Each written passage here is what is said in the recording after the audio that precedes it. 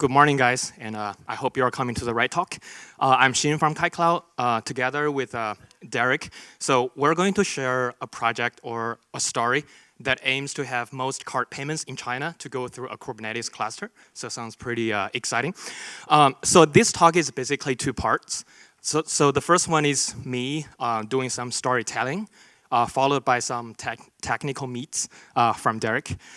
So to better understand the things we're going to share, it helps to first know us a little bit more. We are active contributors to Kubernetes, TensorFlow, and a rising new project called Kubeflow. So its name pretty much speaks what it does. So it's a Kubernetes-based machine learning stack. We've also done a lot of community work for these open source projects, especially in China, including translating the official Kubernetes websites and documents into Chinese, as well as hosting and running the official TensorFlow community in Chinese, partnering with Google.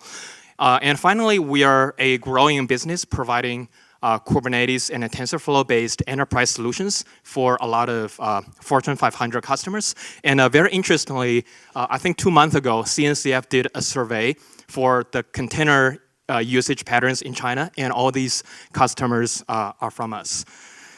So all the story begins with a Chinese banking giant seeking for help. So let me first give you a little bit idea of what the banking authority is. So it is pretty much the equivalent of the Visa or MasterCard in the Western world. It provides the only interbanking connections in China and enables transactions across different banks, across different regions, and now even across over 160 countries all over the world. So in last year, it hits a shy of 15 trillion US dollar card payments together. So just to be clear, a trillion is a billion, 1,000 billion, right? So it's a pretty huge amount. So basically these days you can see its logo called UnionPay on every Chinese credit card. And you can also see it in Copenhagen airport. So we just took the pictures from yesterday. So it's pretty prevailing. So it's indeed a giant, right? So everything looks pretty good. So why it is looking for help and on what? So the answer is digital transformation. All right. So in China, so I can't even remember the last time when I used a cash or a card to pay for anything. So every payment can go through the phone, right? Using apps like this, like Alipay or Tencent Pay. So every time I go out, I basically don't carry a wallet, except now I'm traveling overseas. So this new form of payment poses great challenge to these traditional banks, right? Because it provides much better user experience so that not many people are using credit cards or like banking cards anymore. So all banks today, especially in China, face a choice. So whether they need to catch the wave of digital transformation by delivering something similar or even better for the customers, or their business may be hurt. So it's a do-or-die decision. But however, so in order to bring their business online or to convert some, or to invent some new like online services, these banks need to have an agile, scalable, and elastic infrastructure that can serve the surging user requests with very high availability and automation. But again, so if we look at the brutal reality of UnionPay, which has already been an early adopter for new technologies in China, so their current infrastructure is like a brownfield. So we have to cross a chasm in order to move to the desired state. For example, they currently not currently, but they have been heavily using virtual machines and OpenStack to allocate resources at a very coarse granularity. Although they have been using containers, but they didn't use any like management layer like Kubernetes. So they lacked like automation, orchestration, and a lot of intelligence. And finally, a lot of processes and workloads have to be done manually that require a lot of like human resource.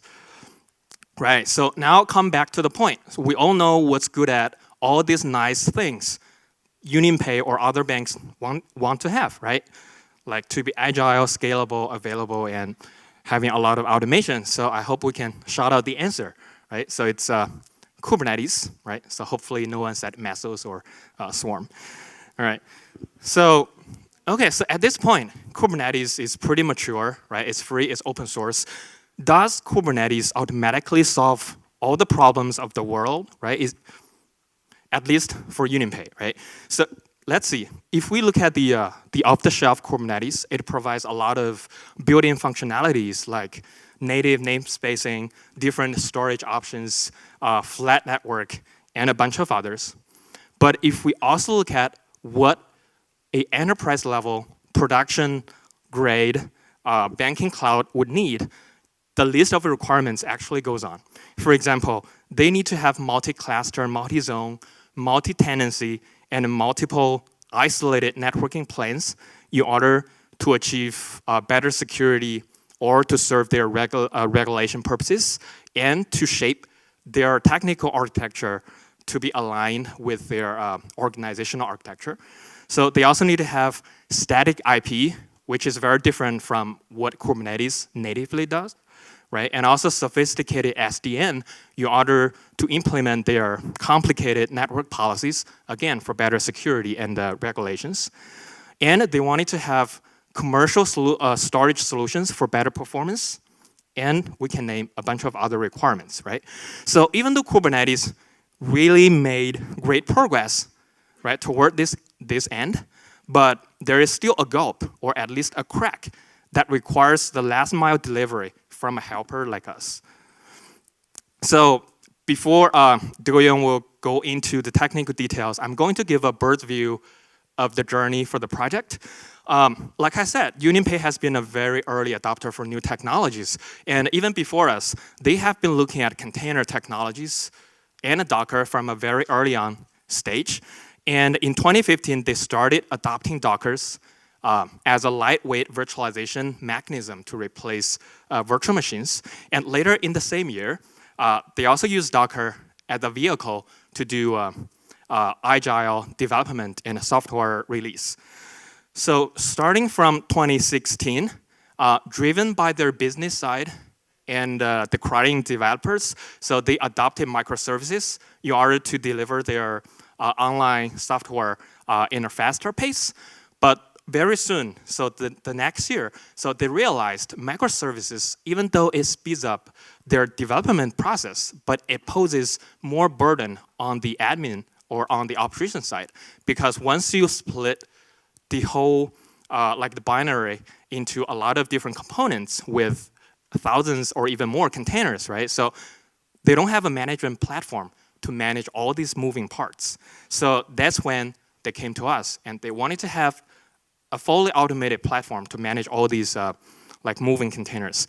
So now let's go to 2017. Starting from July, we officially kick off the project, and then we spend 3 months, so it's a big chunk of time, to figure out what their actual requirements and needs are, and also performed the project planning and the technical design for some critical architectures.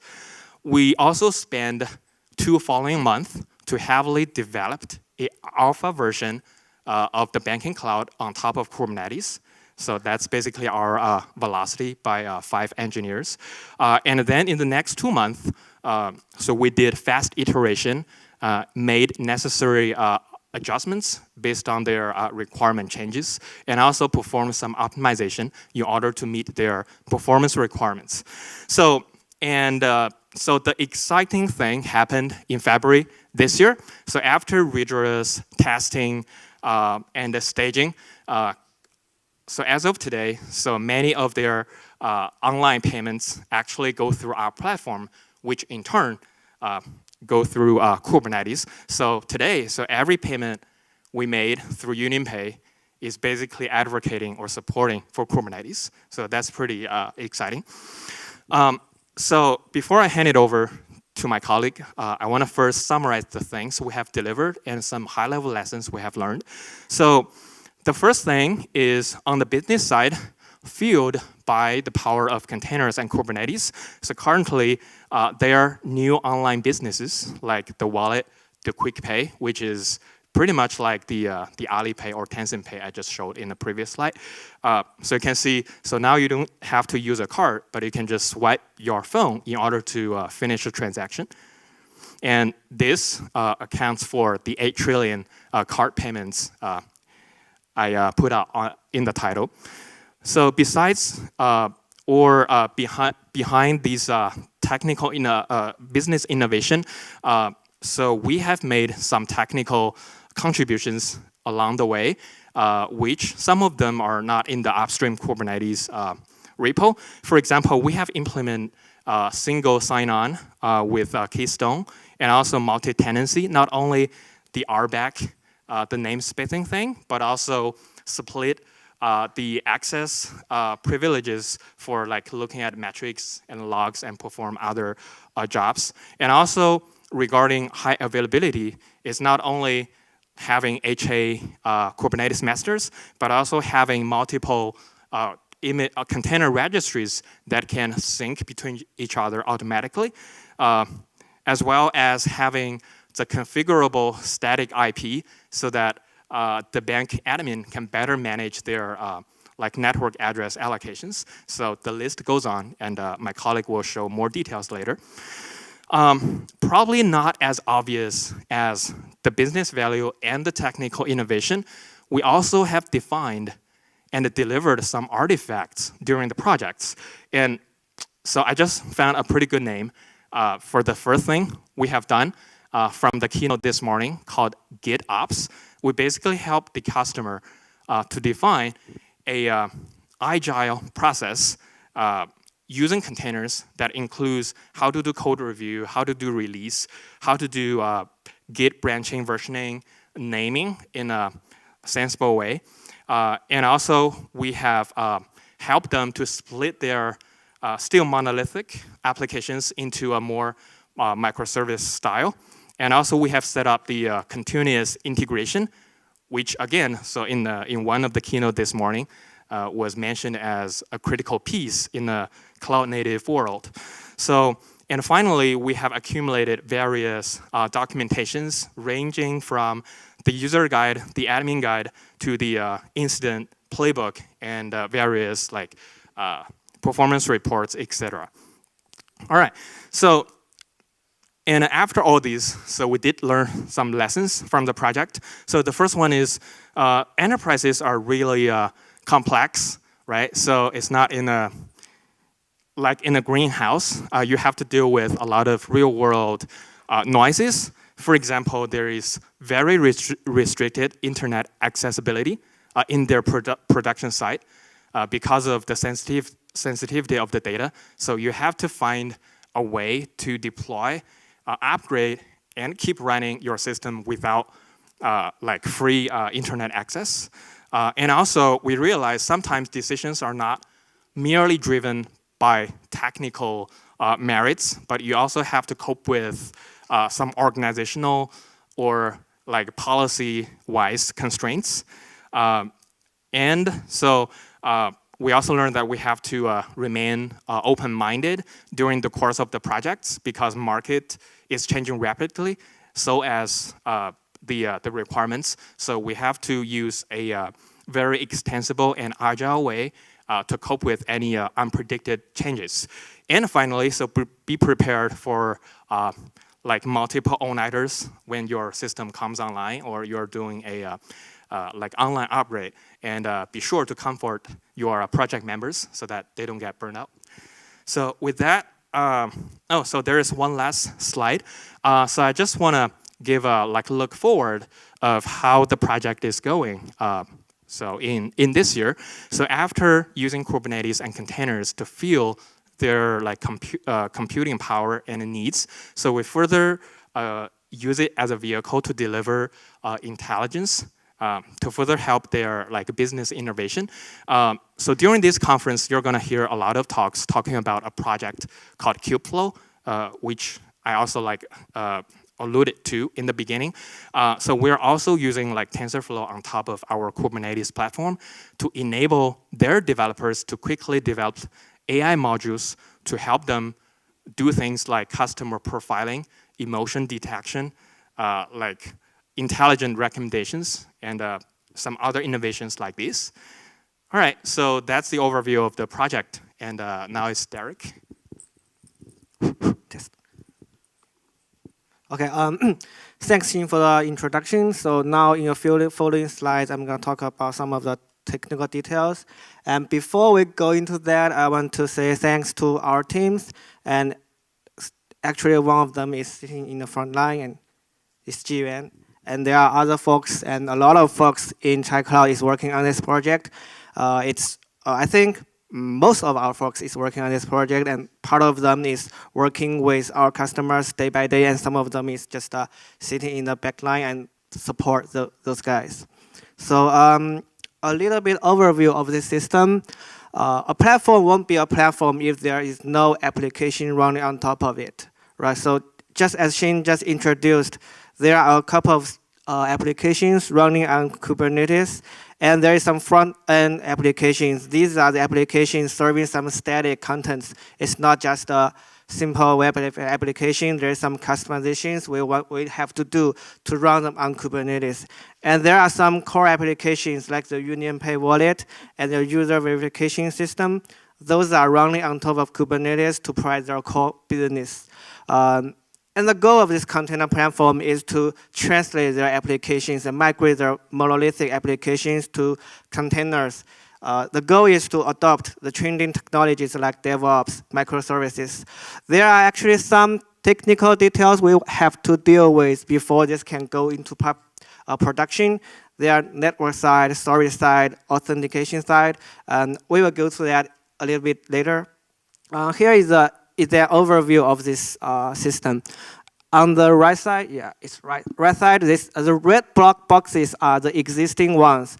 As you can see, the application is running on top of IaaS platforms. Those are OpenStack instances. And the OpenStack is integrated with Ceph, NAS, and some SDN solutions. Either it's based on hardware or software. And the blue side, the blue boxes are the new components we have to integrate. The customers want a unified cloud platform to manage all these components. You don't want to jump back and forth.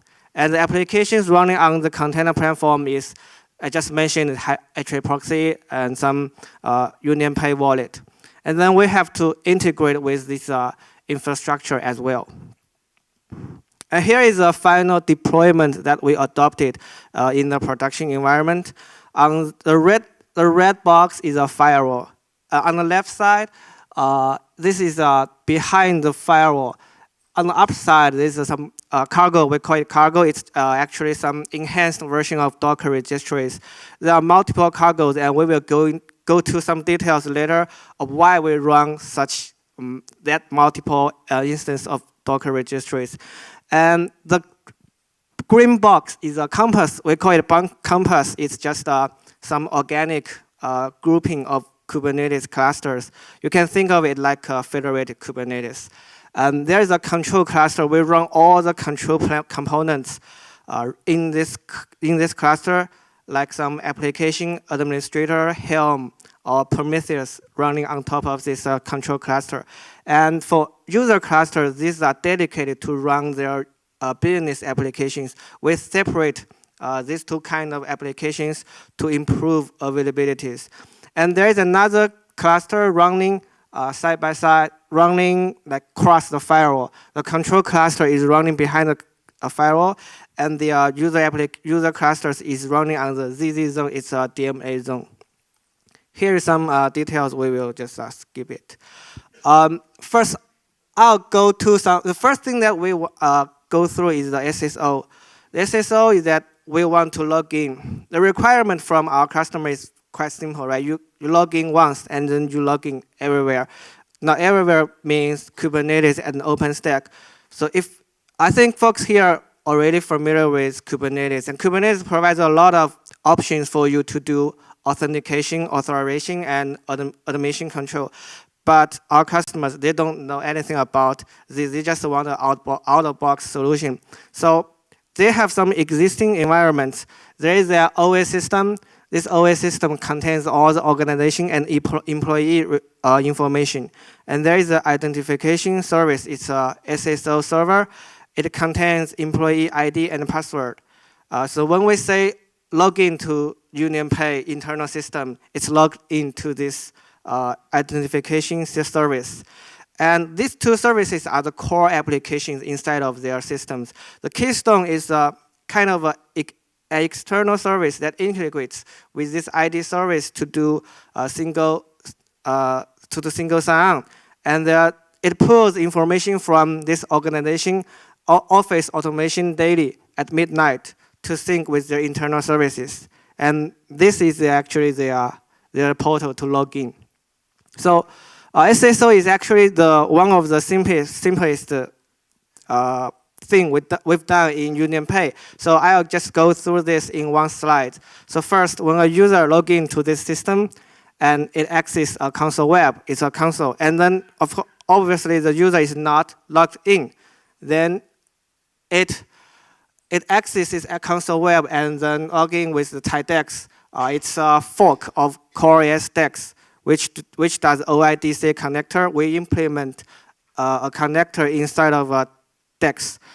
Now it's not logged in, and Dex will redirect our user to this SSO service. And then the user input their username and password. Now there is a bunch of interactions between the SSO server and the Dex. Now with this interaction, the Dex has enough information to pull information from Keystone and Auth, our own implementation of an Auth system. And it has a user ID, it gets an OpenStack service account. Then it encodes all this information into an ID token. This ID token contains OpenStack Keystone token. Then it uses all this token to access our own services as well as OpenStack service. This is the whole workflow, and there's another service that runs asynchronously to synchronize Keystone information to our own implementation of Auth. It's a long-running daemon running every night, just as we sync Keystone information from the OS system. Okay, the other thing is a tenant. So as we all know, there is no concept of tenant in Kubernetes, and there is also some ongoing discussion, I think in previous Austin KubeCon, about how to design a tenant in Kubernetes. And we cannot wait until there's some solutions in upstream. So we have to do it ourselves. So in this tenant system, we have a system admin. This system admin is a kind of a boss of this platform. It manages all the resources and it allocates roles to different users. This system admin do not care about where to deploy applications. It just allocates some resources to different tenants. And I give some roles to each.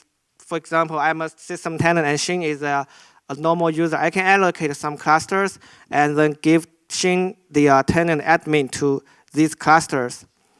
And for the tenant admin, it manages a single tenant. A user can be a tenant of multiple.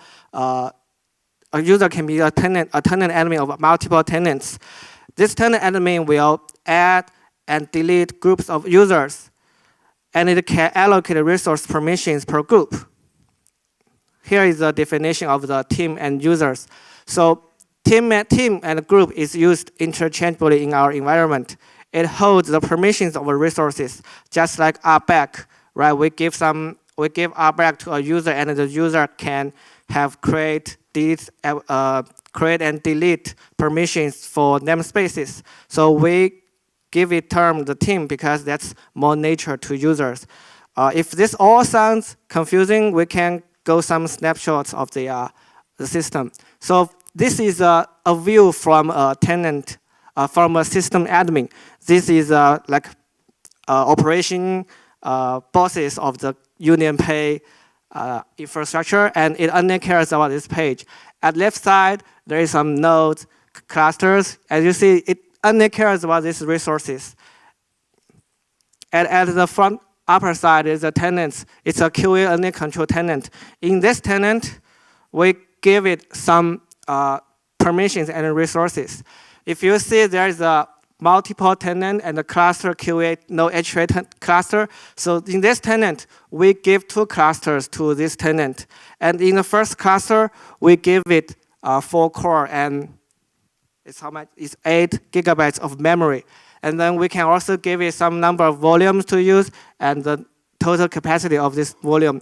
There's load balancing. There's a lot of things we can give to our users. And all these are implemented inside of Kubernetes.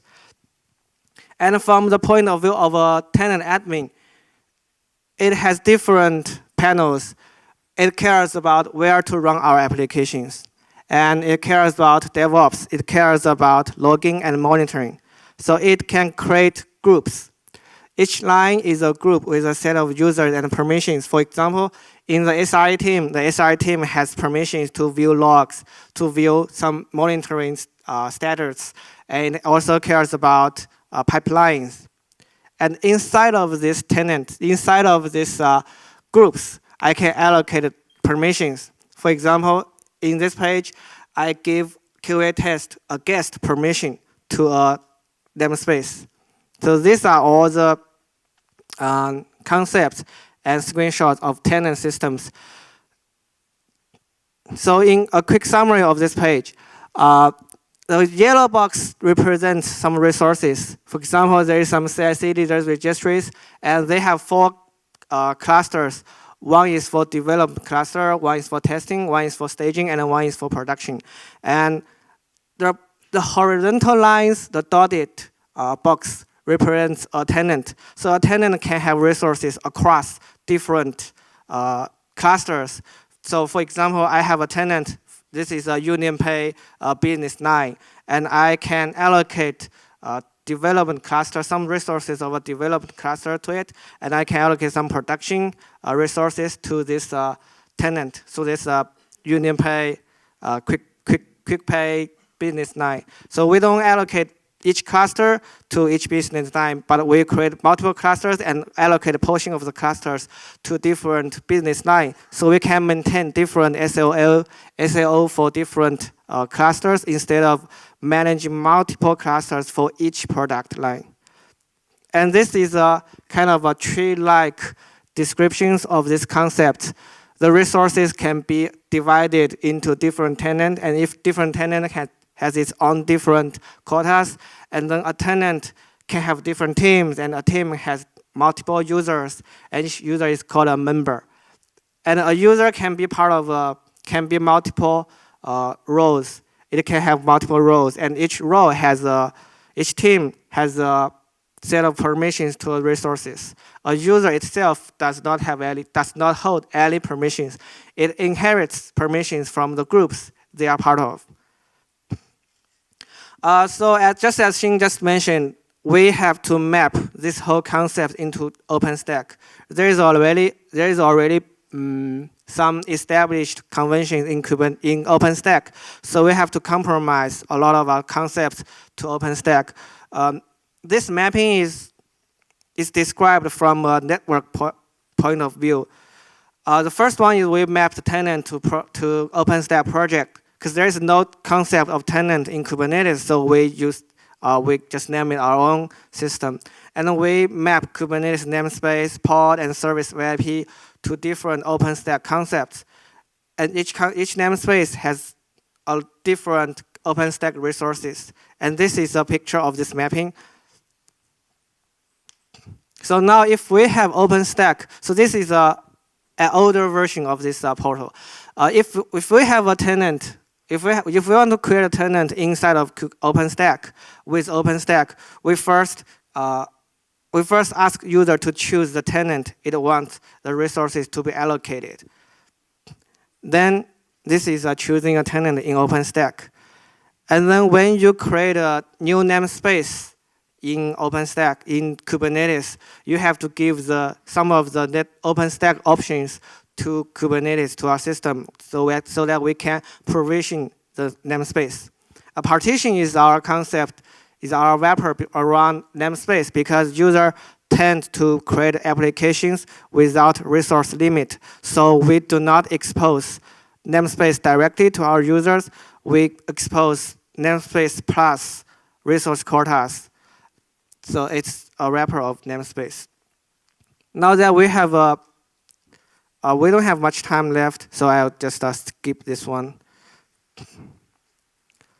So for network, so for network, the requirements are we want real IP. We don't want we don't want the traffic to go through different. We want all the traffic inside of our cluster to have a real IP. So we don't want any black hole in the system. And we want configurable traffic shaping, and we need to have multiple network planes.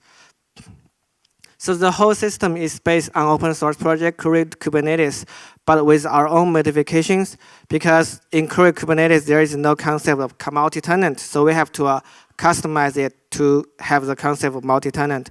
And we also want to provide traffic shaping and isolation, so we support GBP group-based policy in this system. And this is a kind of a detailed picture. Okay, for network multiple planes. So this is a quite well-established conventions in OpenStack, but we have to plug our system inside of this. There is a management plane which runs the portal, and there is a control plane which we run all the container platform system components inside of this network plane. And there is a storage plane, and there is a beans plane to run all user applications. And here is a detailed picture. We can ignore all the parts of the picture, but we can focus on the green part. The green parts are system components that are provided by Kubernetes. The API server, controller manager, kubelet, and the scheduler all are running on the control plane. And Docker is running on the storage plane because it needs to push image, and it will generate a lot of traffic. And for the, I think I'll just quickly go through this service. For the service, we have a customized version of the service called tenant service. When we create a service, just a cluster IP or node port service in Kubernetes, this will not be recognized by OpenStack. We need to integrate this system into OpenStack because all the Union Play systems are running on top of OpenStack. So we have to create a concept called a tenant service. This tenant service integrated with load balancing as a service, and it has its own virtual IP from the LBAS virtual IP. This is a mapping, I'll skip it. And there's another thing called DNS in Kubernetes. This is quite challenging to solve because there's the DNS pod needs to access Kubernetes API server, right? It pulls all the service and endpoints information from Kubernetes, but it runs in the control plane. And our application, our business traffic, our business applications needs to access this DNS server to query DNS records. So this is a problem we have to solve because these two planes cannot access each other, and both applications need to access each other. And the solution to this is to run our DNS pod directly as a host network, in the host network. And we run a version of kubedns, the upstream version of kubedns in the management cluster. And in the user cluster, we do not run kubedns. Instead, we do not run DNS MySQL. We run the kubedns, and the DNS MySQL will query all the records from different clusters, and our user applications will directly query the DNS records from this DNS MySQL. So this is the solution we provided to solve this problem, and it serves quite well in production traffic. There is pay attention, there is a VIP for this DNS server. And for the storage side, there is no out-of-box solution in Kubernetes, but enterprises customers care about data. We don't reinvent the wheel because storage is not something we need to provide. We integrate with the existing environment. There are two systems we integrated. There's a NetApp NAS, we use Trident, and there's a Ceph already provided in OpenStack. And the last one is multiple registries. Multiple registries means they run multiple registries in their whole platform.